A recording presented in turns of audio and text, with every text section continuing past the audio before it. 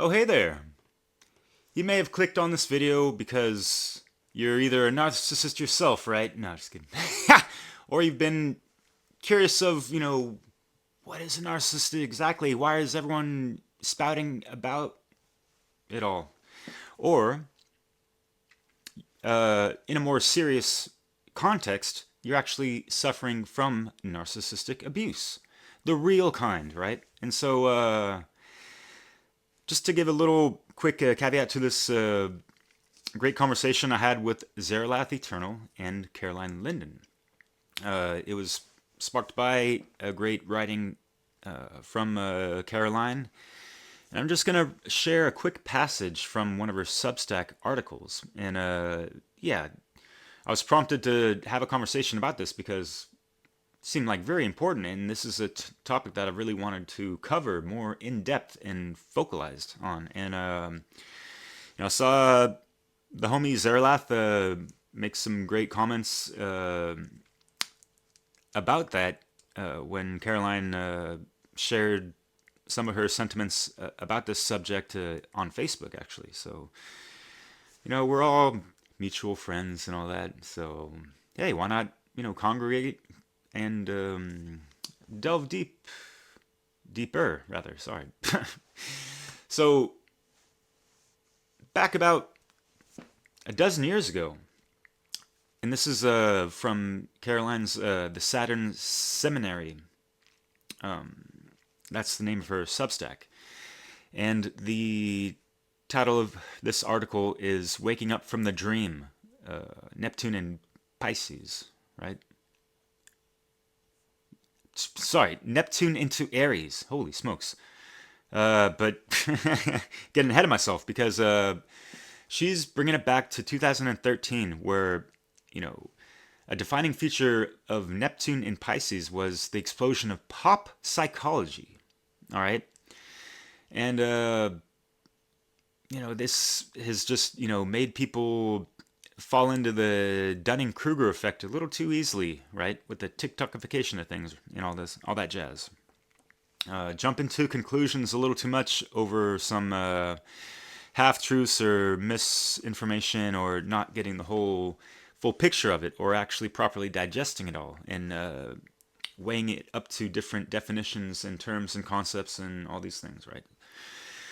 So, quoting from her article, true narcissistic abuse is a devastating experience, but Neptune and Pisces blurred the lines between clinical reality and causal accusation. The depth of psychological understanding was replaced by viral TikToks and Instagram reels, where misinformation spread faster than the truth. Neptune created a world where people thought that they were becoming more aware, but when in reality they were drowning in shallow, misleading narratives. And I like how she, made a reference to, drowning, water, Neptune, right? And hey, Pisces as well, right?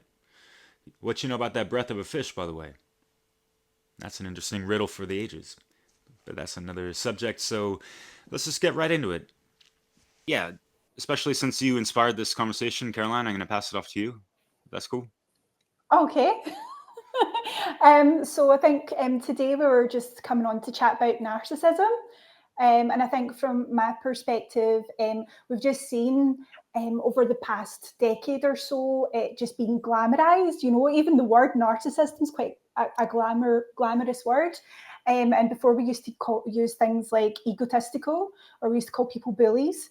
But now we've made it into this thing that we need to we're a victim of, and so it's been quite a dangerous route we've went down. And I would just like to see the language go back to what it was. I think it's important.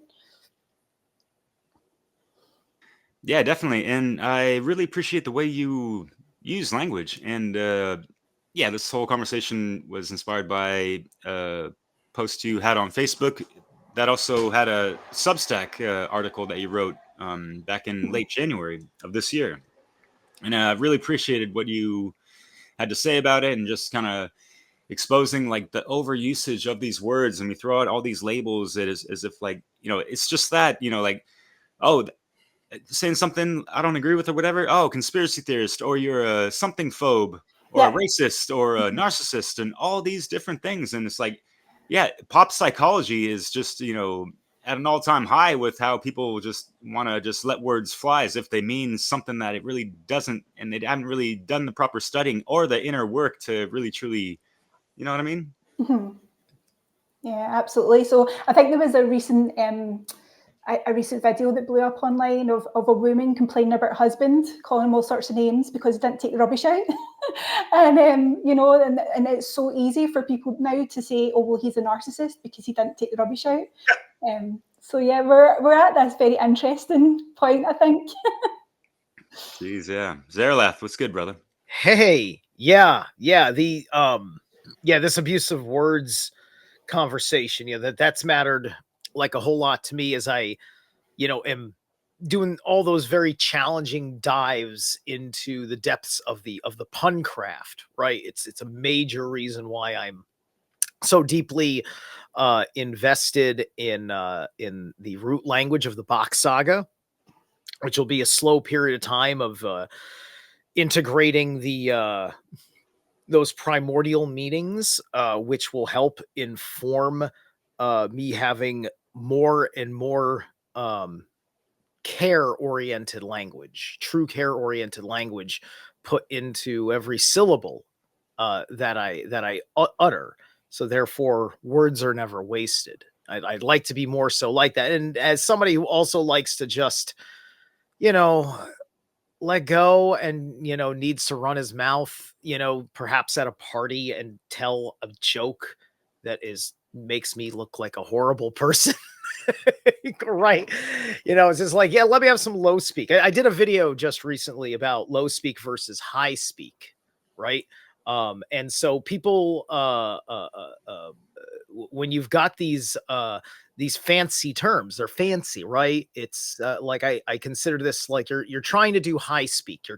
You're trying to play life at a certain intelligence level, right? By your reading level, right? Um, your power in the world is associated with the words that you know and how you use them. Um, like it's the most baseline thing I've been able to think of recently when I'm out in the world. And what is my subtle influence? How does this ghost have a effect on the machine when I'm not just speaking direct truth to the audience who wants to hear it, but has to speak subtle truth to the audience that needs to hear it? When you pick up on what your coworkers maybe are like, that is on an unconscious level, and you realize, oh, they'd be having so much more fun really looking for being who they really think they want to be if they just actually cared about knowing themselves and know that they don't know themselves, right? And that mind prison is based on a limitation of vocabulary in many respects, which makes it very, very hard for you to understand things happening around you, because when you hear language you don't understand, it turns into jargon, right? And so when, the overexploitation of accusations such as narcissism, it turns it into this jargon, and this is a manner in which high speak can fail, and then low speak ends up prevailing, which is like the use of the words in the crass, right? Like graffiti is kind of like a visual manifestation of low speak, right? When you had Snoop Dogg coming up with his slang language with the shizzles and the nizzles, right? That's a magical low speak, right? It's just like this is the hip hop community has a whole lot of power in that, right? This is your magical Negro archetype rocking and rolling, doing their thing.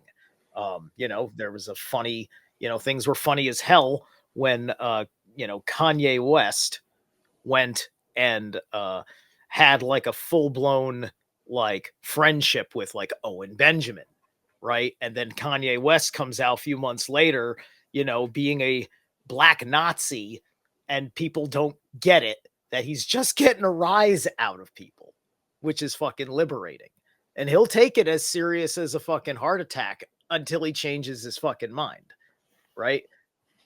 And he has his interesting way of wordsmithing, and is perhaps complete controlled tool, perhaps, but at the same time, kind of likable, kind of appreciate. It's just like he went and rocked Burzum, a hip hop artist saying, "Yeah, Burzum." That's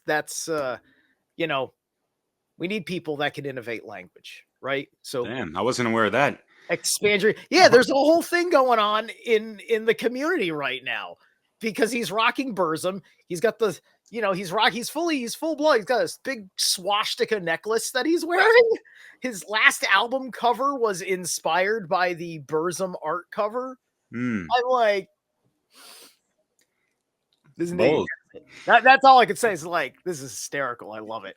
Yeah, no worries. So going back to words and language and vocabulary and all these things, let's just get back to the fundamentals. And Caroline, how would you define narcissism? How would I define it? Wow, it's become this huge kind of catch-all for everything. But what we forget is if we go back to the DSM-5, which is what they use to kind of diagnose people. Yeah, please, can you just break that down? The DSM-5, what does that stand for again? Oh, diagnosing statistic manual, something like that. Right. Yeah.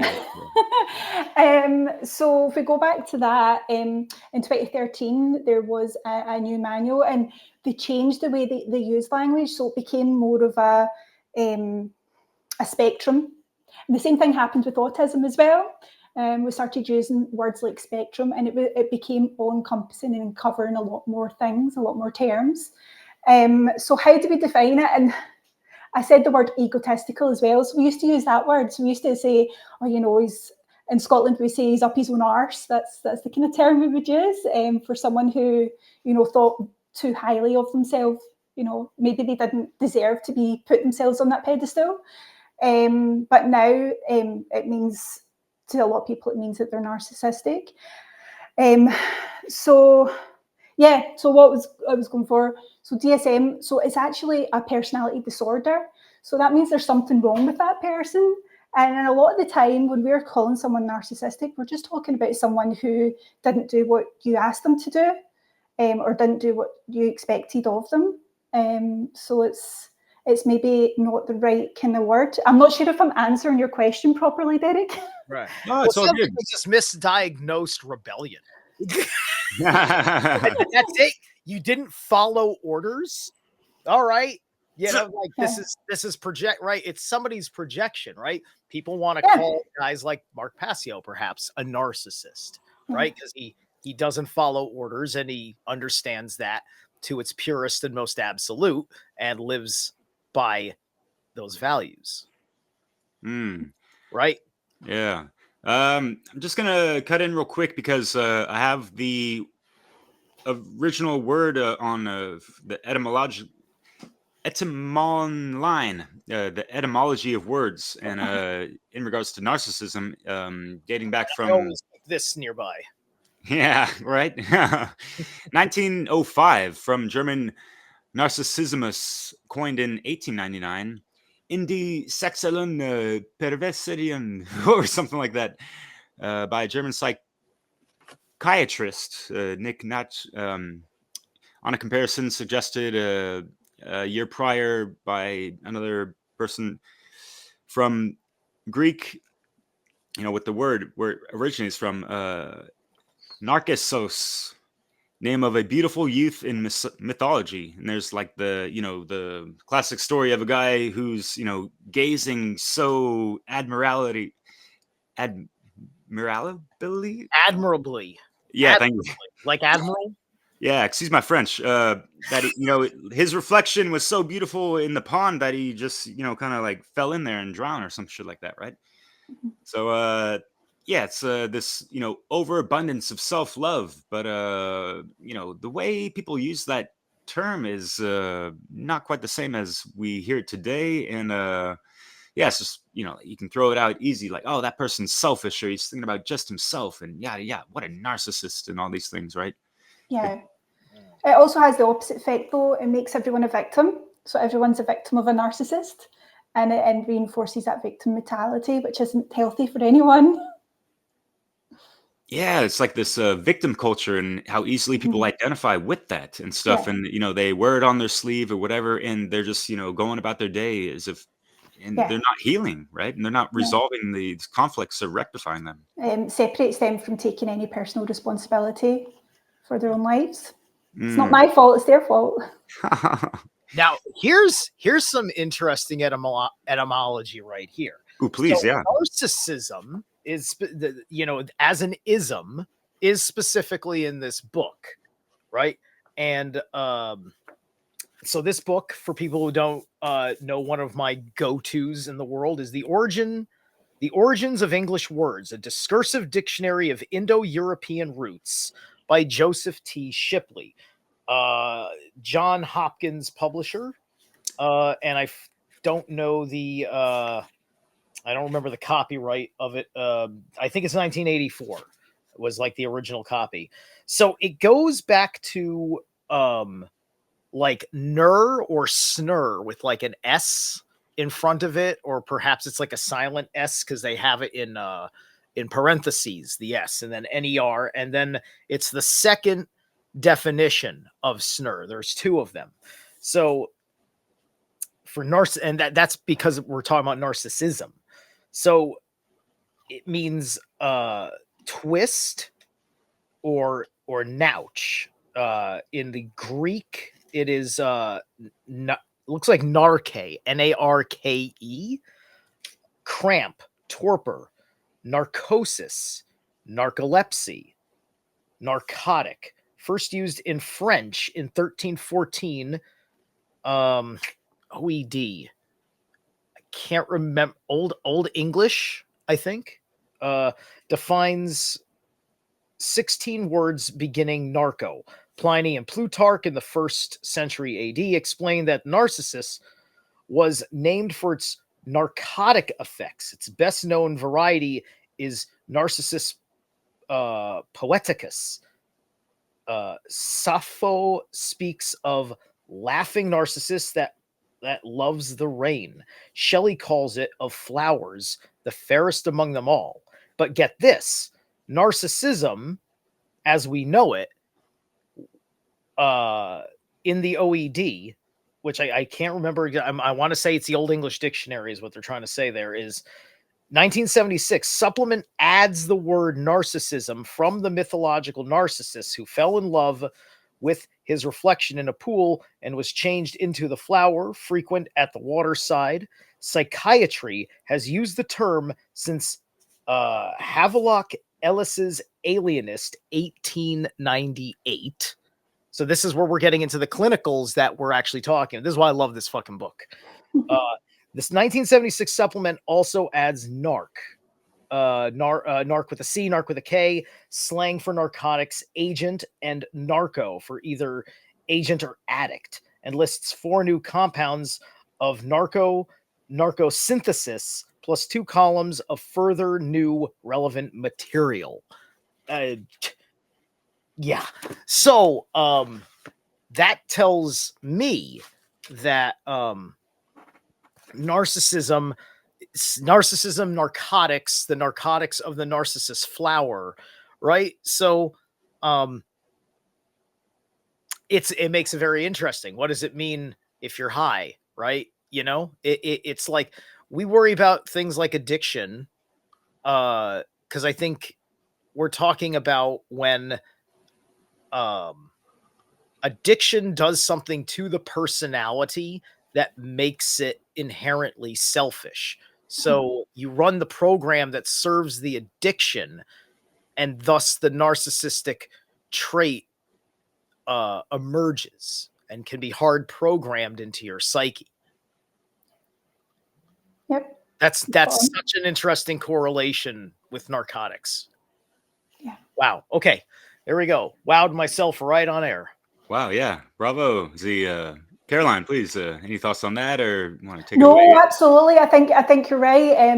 You know, addicts act in a particular way, and you can absolutely see that with narcissism, and everything goes out the window. So even if you had a really good relationship with your mum and dad, you're going to rob from them. You're going to, you know, you're going to do some terrible things to the ones you love, because addiction is the only thing that matters.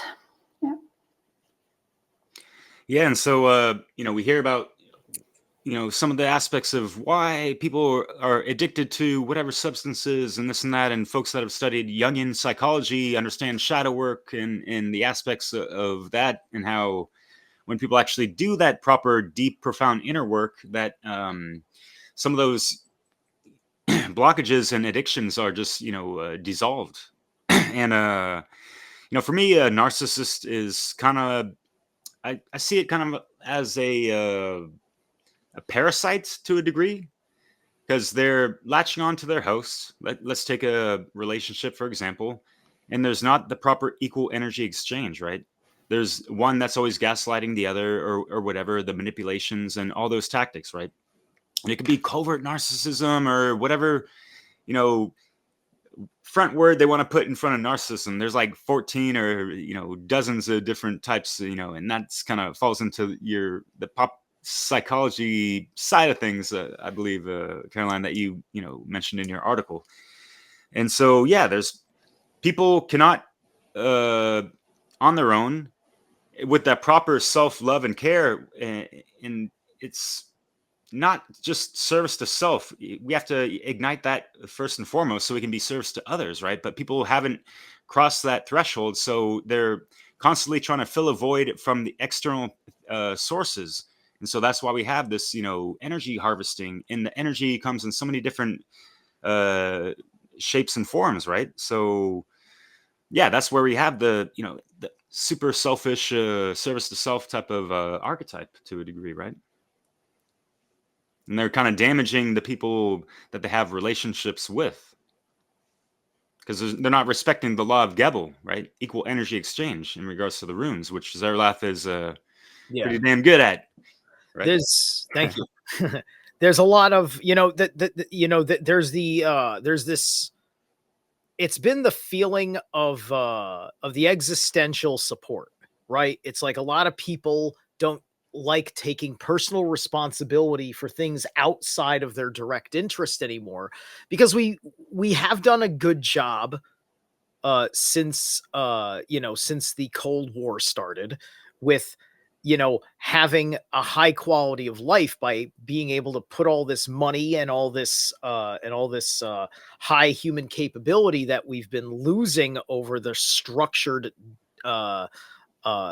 decline of our civilization, of having like amazing firefighters, cops, and nurses, as amazing as those order followers can be, especially the cops. And just like there's always some electrician that's affordable. So why do I need to know a damn thing about electrical circuitry? I can just go and enjoy this personal interest, which does nothing for nobody but myself, right? So on and so forth.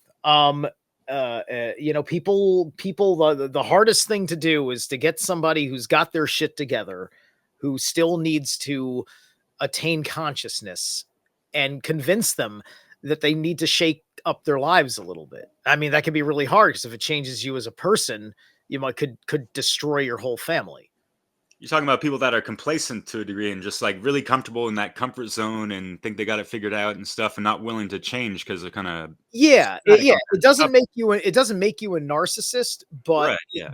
it does enable the narcissist, because of the inherent approvable and feasible selfishness a person who has, quote, their shit together can do in this country. Right? Yeah, and that's a great point and a great reminder, because in your article, or just I think it was just your Facebook post, Caroline, where you were talking about how it's not just the narcissist, but all the bystanders and the enablers, right? And so Yeah. Yeah, Yeah, you want to. and you see that. I mean, you see that even in schools. You know, it's not just about that narcissism. So again, it's just kind of breaking up this big term, narcissism. So you would maybe find like the school bully would have like, especially with girls, they'll have like all their little girl posse behind them, and they'll pick on that one person that's in that group. And you know, it's something that we've all experienced on some level. We've even maybe been in the posse or been the bully, or you know, being the victim of that situation. So yeah, so those people that do the bidding of the bully, they are just as dangerous, and I think that we forget that a lot. You know, because sometimes they can come across as being really nice people and having your best interest at heart, but really at the end of the day, they're only serving one person, and that's the bully. Yeah, and so do you think there's some kind of like egregore that revolves around this, little entourage When of you the say egregore, what do you mean, like in just that like dynamic? there's people that are congregating together and they're kind of on the same wavelength, and it's just increasing that energy frequency, and they're kind of stuck in that, and so that's kind of like all they know all of a sudden, and so they're doing things even though some of them know better, but they're falling into like the groupthink a little bit, even if it's just like a small group of kids, in elementary school or middle school, whatever, just like 5 6 people, and they're following the bully because number one, they don't want to get beat up, but they're going to be the yes man woman to this person of the alpha whatever the fuck or some shit. Does that make sense? Yeah, absolutely. But I think we have to remember we're group animals. You know that social life is so important to us, and we forget that. We forget how important that is to us. Um, I mean, there's even been studies done in like small communities in Italy, and they find that even though they're big drinkers and they're big smokers, they still have really long lives because they have that really strong community identity. So yeah. The yeah, like that right there, as you described it, Derek, that's like that's a feedback loop of the psychic field that they're in, right? Like this would be an emanation of as Heidegger would put it there, Dasein. I love talking about this since I read Being in Time. So that's the integrity of their Wereld, their man time, their perception of reality. That's their world. And so people like us that's on the outside of that world that is criticizing it, our auras are trying to penetrate and be that the existential Dasein, which is the world at large, putting pressure on changing their habits, their perception of reality, their very way of life. Right. And when I was going through that dynamic in the mythology is the resistance between Thor and Jormungandr, which reaches its head in a Ragnarok. The egregore would be a kind of a conscious spirit that is kind of like the saint of that world, right? This manifested entity that is the personality that jumps from host to host within that field to make sure it is reinforcing mantra. This was Joe Biden and his mental deficiencies would use come on man, and the level, and because the wizards around him built context for that feedback loop, he can say come on man, and then every low IQ idiot drooling on the left be like, yeah, see, he's such a reasonable guy, it's self-evident, right? As their myocarditis is kicking in.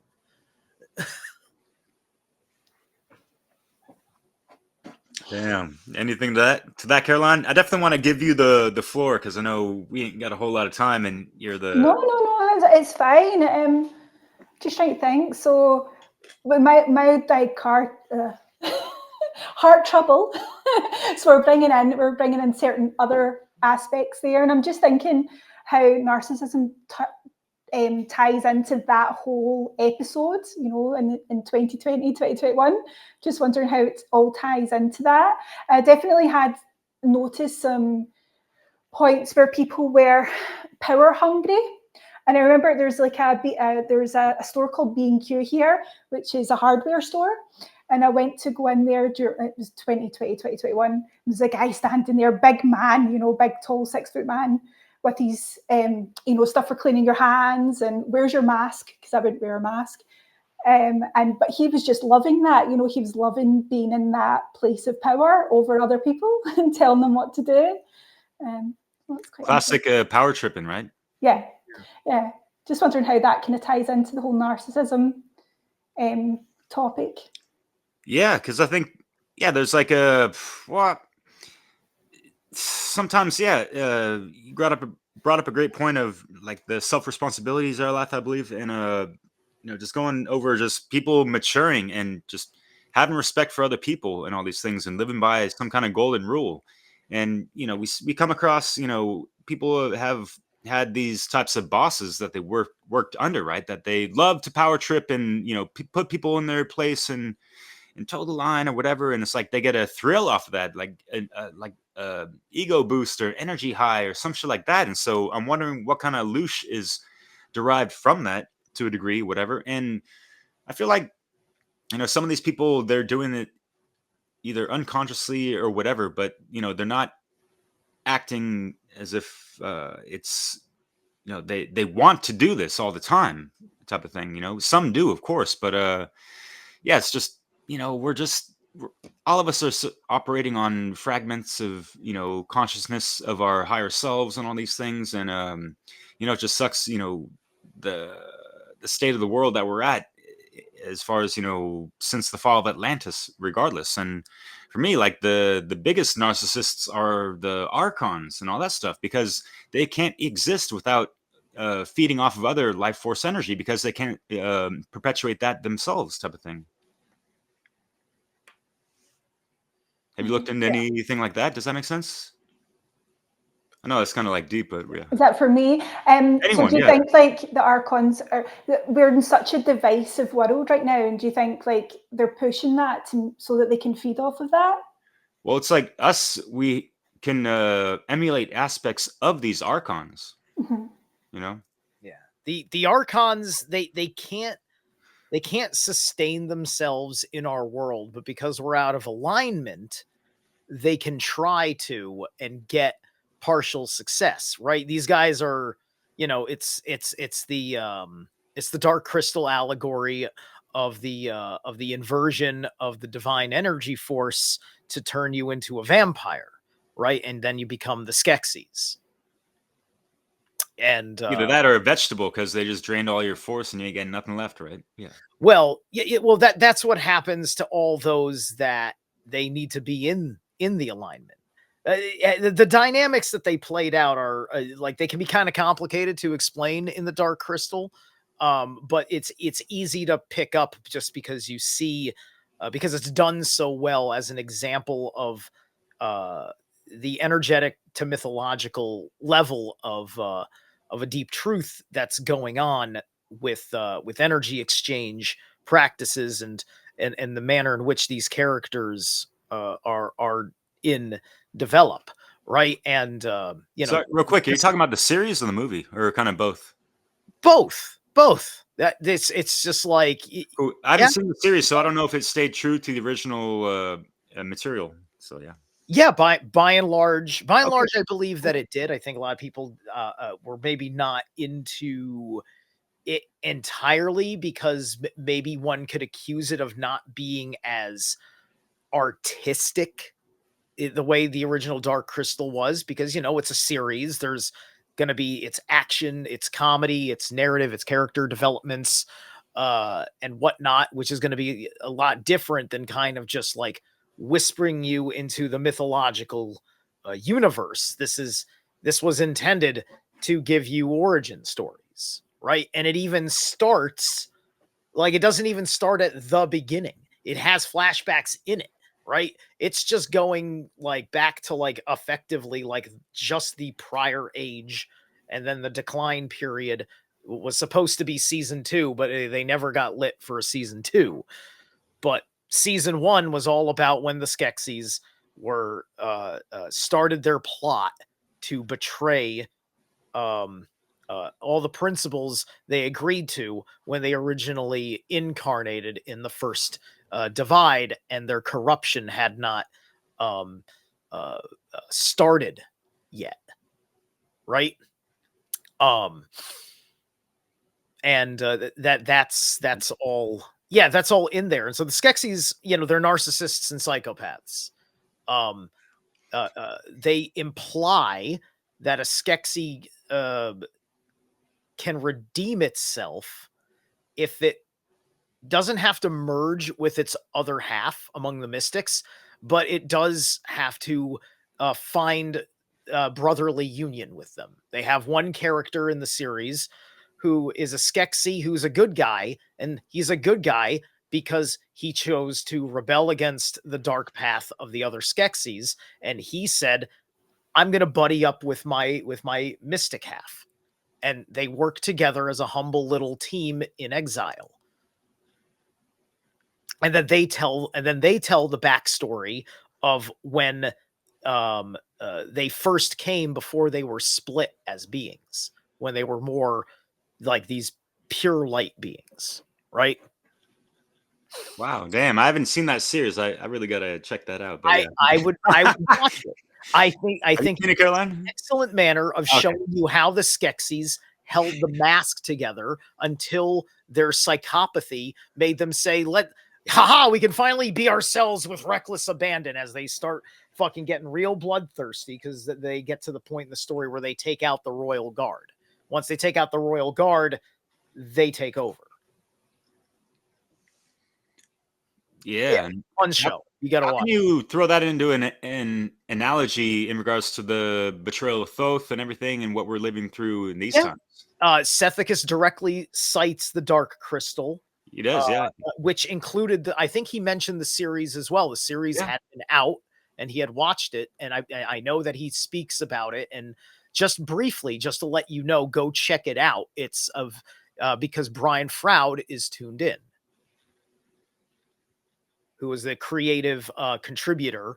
It's kind of like it was basically his world design and stuff that informed everything that the Henson Company had put together at the time. Wow, yeah. Did you see the original movie though, Caroline? Do you know? I don't think I have. Oh shoot, sorry. I know I should have seen it. I mean, that was the time I grew up in. I should have seen it, and I don't know why I haven't. And I know what you're talking about. You have a child in my head. I can see it in my mind, but I just don't think I've ever watched it. I'll watch it now, though. I'm inspired. Man, to not show a person from Albion the Dark Crystal it's like that's like a crime. That's like a crime. I'm sorry, they robbed you of a childhood. Okay, I'm being dramatic, but seriously, go check it out. It's quite a masterpiece, the Dark Crystal. Yeah, and it kind of alludes to, the adrenochrome type of thing, siphoning energy from kids and all that stuff in the movie specifically, I remember. But yeah, so going back to just, the topic, we see narcissism in a lot of people, yet, it's like, just because people can display certain attributes of a narcissist, are they really a narcissist themselves, or are they just kind of temporarily kind of fluctuating in these states and attributes and all this stuff? And yeah, we have to look at our parents and our bosses, our coworkers, but hey, let's look in the government and the politics and all that, because those guys are just blood-sucking parasites, it seems, but yeah.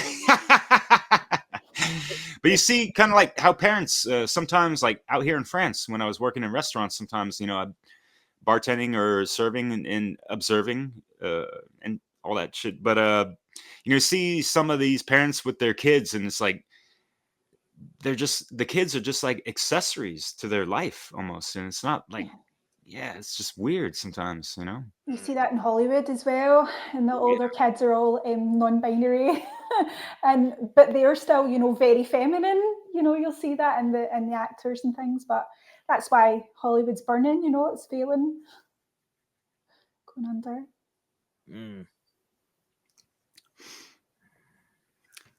Yeah. So, what do you guys think about covert narcissism? Because that seems to be for me, learning about narcissism and stuff like that was like the first, sub genre of narcissism, I guess, I think that because we've got so much cult of personality in American culture, perhaps a great deal of Western civilization, um, that if you don't have a strong knowing of oneself, you're going to largely take your personality off of every other particular kind of interest, and it could become very uh, much a program that feels good to be that personality.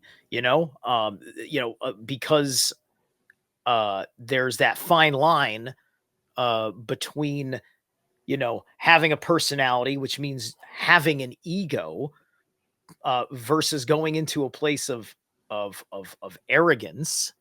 And I don't even think arrogance has to be involved with an incredible amount of anger and resistance, right? Like, I think the narcissist is probably like, if a narcissist knows how to conduct their front program properly, nothing has to rise their anger, because nothing is a threat to their mask, and they're in control of the situation and the protection of the illusion, right?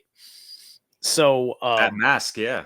yeah, yeah. So like me, for instance, I jumped from all sorts of different things that I fell in love with as a kid, for various different reasons, and let it be a big part of my personality for a while. That's what nerds do, right? It's just like, you got into Transformers, you're wearing Transformers shirts all the time and stuff. It's just like 80s cartoons personality, and this is all of this is most of the fucking content creators of my generation, falling into a similar trap as many of the millennials that are growing up, where it's all this stuff from that rad period of time where the machine was churning out really cool stuff, because Transformers were cool. There was an incredibly sophisticated toy in the 80s.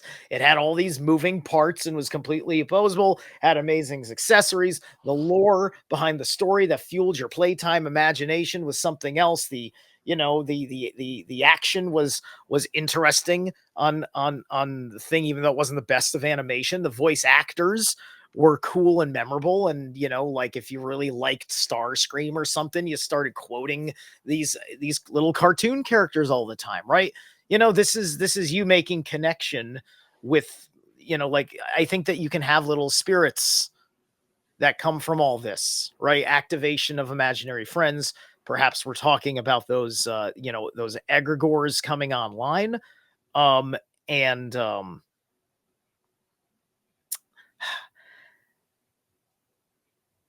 and I don't like the idea that all of that is evil, right? I'd be lying to myself if I didn't identify a hell of a lot with how they did Venom, for instance, in the Venom trilogy. The movies were weak sauce beyond compared, like all sorts of problems. But as far as Jungian shadow integration psychology Ooh. in a demonstration in a fun, fluffy action film is concerned, I completely identified with it. To me, that's the imagination of mastering that Ulfidnar or that Berserker on the inside, and Mm. being a controlled power, right? It's tear binding Fenris and trying to bring the Vedistraga purifying process to bring about the White Wolf. The same wolf that's up in the tarot card, the Fool card. That's right. That's the thing, right? Valkor That's the thing, in right? never-ending story and shit. Yeah. And I think the moon card. I think the moon card is a big tell on that, because you have the wolf and you have the dog. You have the feral and the domesticated, right? And the domesticated in its purity ultimately just means that the rational mind has mastered the lower mind, the primal mind, right? Whether you've got your heart in order in the trifecta of the core soul, that's another issue. The most important issue, but in this case, that's just the deal there. The higher mind and the lower mind in a certain kind of union, right? This is the eagle and the snake and the alchemical fight over the Orphic egg. Ooh, I like that. And it reminds me of the Mexican flag, but that aside, again.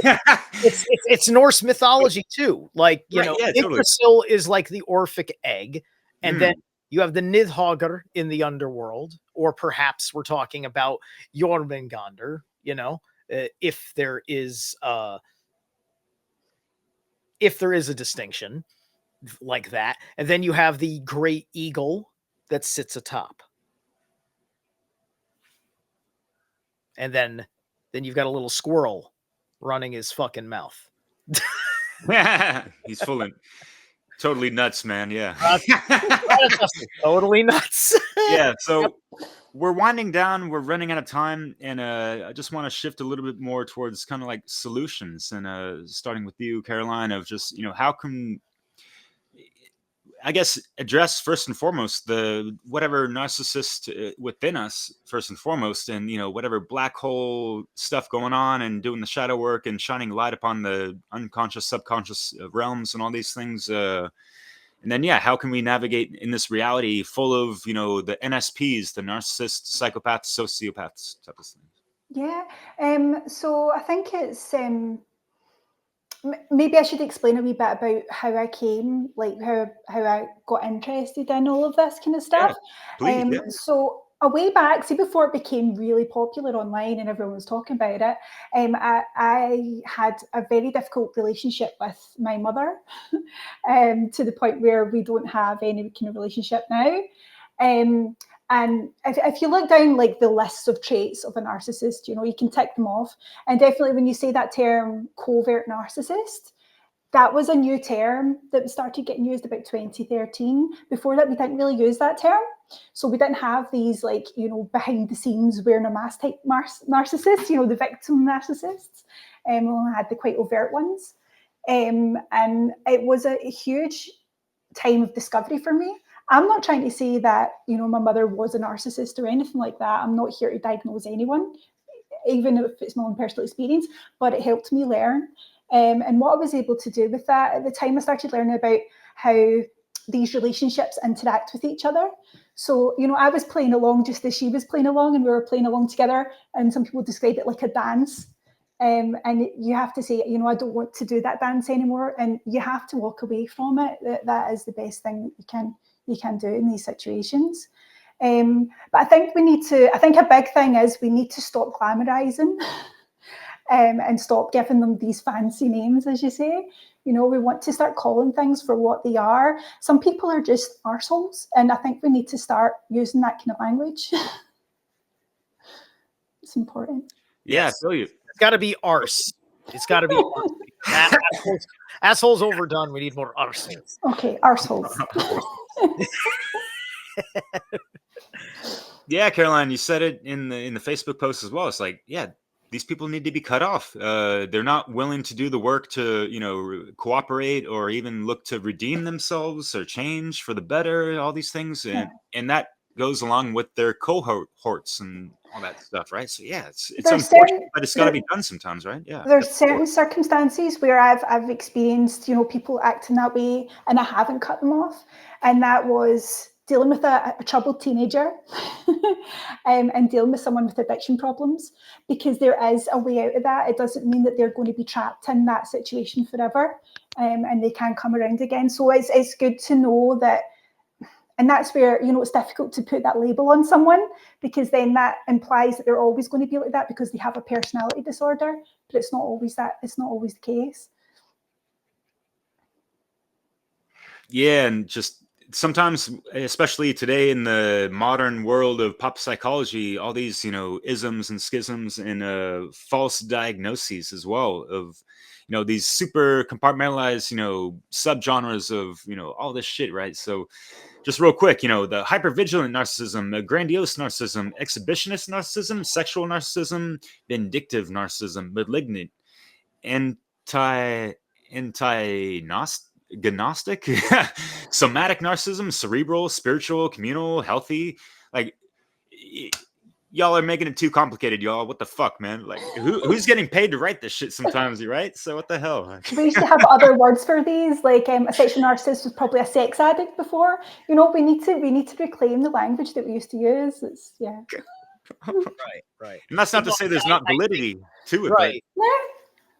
I think that ultimately it's like for quite a few years now, it's been going around. It was going around with the normies. It's probably still going around as like, quote, mental health awareness, right? That's a very, very simple one. And it's a very broad and neutral term as well. And it's like, it wouldn't shock me if there's all sorts of people on that list, maybe even on the right, because this could easily be a weaponized thing, because in what context are we talking about, right? Because up until that point, there was one context going around about the mental health issue, and that was within the politicized gender discussion in politics, and the human beings that were set forth as the faces and voices of these movements as also prime examples of them. Yeah, I'm convinced we're at the end of this now. We're going to see a big change in it. I wrote in my Substack article you mentioned, I did write about how it was connected to Neptune traveling through Pisces. We now have Saturn and Neptune ready to start a conjunction. And I think this is the beginning of the end for all of this stuff. But we'll see. I could be wrong. Yeah, right. So, I don't want to take too much more of your time. I know you got to leave soon, Caroline. But I guess any final words from everyone about this specific subject and conundrum, I suppose?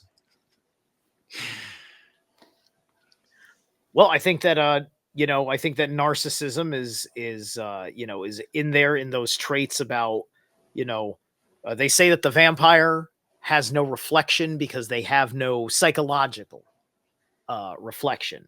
Now, narcissism is about, I think, the opposite of that. I think narcissism is about being only reflection and zero sense of self, which can make you dangerous under certain circumstances, because you're going to change who you are just to go with what everything else is going on, right? With no other real sense of a, quote, personality, right? I think guys do it as a survival mechanism. I don't know why girls do it. Yeah, there's different, traits for both sexes with the whole narcissistic tendencies and all that. But I like what you mentioned, and I didn't really think about that, because honestly, I've been thinking about, and kind of talking about vampires and narcissists in the same breath. But yeah, you made a great point, and going back to what we talked about of the origins of this, the narcissist archetype of the guy looking at his reflection too long in the pond or whatever, right? Yeah. And then there's a subgroup of like people who would describe themselves as psychic vampires who don't see themselves as negative people. So they're quite an interesting group to look up. And they wouldn't identify themselves as narcissists at all. But yeah, no, it's good to just be aware that these other things. I think you asked for kind of closing thoughts. The last thing I wanted to kind of say was we all have this tendency to assume that other people think the way that we do. And I think with things like narcissism, people don't always think like you, and just know that. So it's not always treat people how you want to be treated, because it doesn't work like that. Yeah, the good old golden rule, and it goes back to law Gebel of just the equal energy exchange, cause and effect, law of attraction. all these things are energy, frequency, vibration, right? So we really got to feel into these things a lot more on so many different levels. And yeah, to kind of give one a self-assessment and do some of that inner work, I think a good way is to for one to kind of wean themselves off of certain substances or people or concepts or whatever, right? Just for a temporary time, and see how they do without it, and seeing if they need and observing if they are feeling addicted to it, dependent on it, and all these things. And yeah, it's just one method for one's own personal path work and self-discipline, mastery, and that kind of stuff. And yeah, there's like so much to this topic. I wish we could, have another hour to get into it and all that. But yeah, just appreciate everyone's time and this and that. If anyone has any other words, feel free, whatever. But yeah, I know you got to go, Caroline.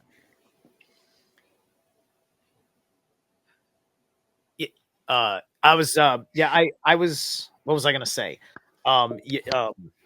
I was also thinking about, because of the term of reflection, actually, I think Manaz is a really good rune about this subject, because Manaz is a reflective rune, because it's got the Wunyo mirroring effect going on, right? And Wunyo is the next out of Gebo. Right? You go Gebo to Wunyo, you get the balance, and the balance causes the satisfaction. So if Manaz is upright, it means that both parties have reached satisfaction as a state of mind. Excellent, man. I love the runic wisdom you bring, brother. Appreciate that. Caroline, appreciate your perspectives and the work that you continue to do. Please check out her works, everyone, on Substack. It's just Caroline Lindon, right? Yeah, the Substack's called Saturn Seminary. Oh, okay, cool. Well, I'll definitely supply the links for your works, Zerilath as well. I don't know if it's eternal these days or immortal. I heard you switching up a little bit recently, but yeah. I'm officially calling myself eternal, but the website is still immortal. I've been very slow on changing everything over. Yeah. It's a work in progress, just like we are for ourselves, and the ones that we care about, and trying to be service to others after having that proper foundation within oneself. And yeah, just encouraging people to be mindful of your words and don't be so quick to accuse someone of like, oh, that person is doing whatever, narcissist, or like we mentioned in the beginning. So yeah, please read Caroline's Substack article. I'll drop a direct link to the one we're talking about specifically, and you can, fill in your email to be subscribed for further great works that she's been writing. So thank you all for listening. Thank you, Caroline and Zerilath, for joining us. And yeah, take care out there. Take care.